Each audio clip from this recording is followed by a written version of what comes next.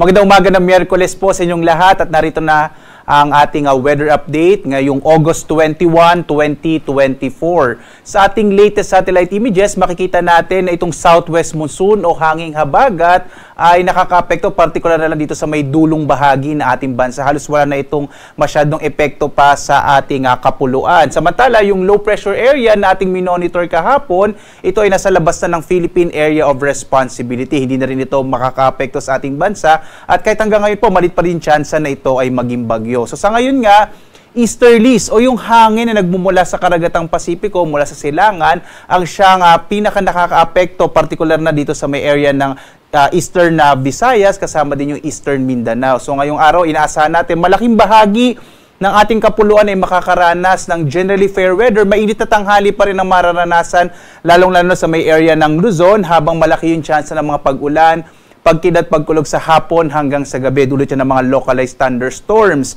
Nakikita nga natin hanggang sa pagtatapos ng linggong ito, pagdaang araw ng Biyernes, patuloy na mahina yung hanging habagat. Posible itong bumalik bandang weekend, bandang araw ng linggo, makakaapekto naman sa may area ng Mindanao. So generally, hanggang sa pagtatapos ng linggong ito, para sa nalalapit na long weekend natin, fair weather sa malaking bahagi nating bansa, medyo maliit pa rin yung chance, wala tayong nakikitang maliit yung posibilidad na magkaroon tayo ng bagyo sa mga susunod na araw.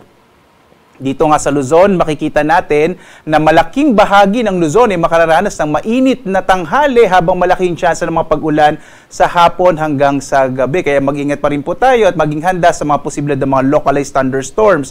At dahil mainit na tanghali nga mararanasan natin yung agwat ng temperatura sa lawag na sa 26 to 33 degrees Celsius, sa Tuguegarao 24 to 34 degrees Celsius, habang sa Baguio hanggang 25 degrees Celsius. Sa Kamaynilaan naman, yung agwat ng temperatura natin 25 to 33 degrees Celsius, sa Tagaytay naman 23 to 32 degrees Celsius, habang sa Legazpi nasa 27 to 33 degrees Celsius. At malaking bahagi din ng Palawan ay makararanas sa mga isolated rain showers and thunderstorms. Agwat ang temperatura sa Kalayaan Islands 26 to 32 degrees Celsius, habang sa Puerto Princesa hanggang 33 degrees Celsius. Mga isolated rain showers and thunderstorms na mararanasan dito sa mga kababayan natin sa may area naman ng Visayas. Ang agwat ng temperatura sa Iloilo 25 to 33 degrees Celsius, sa Cebu hanggang 32 degrees Celsius, habang sa Tacloban 27 to 33 degrees Celsius.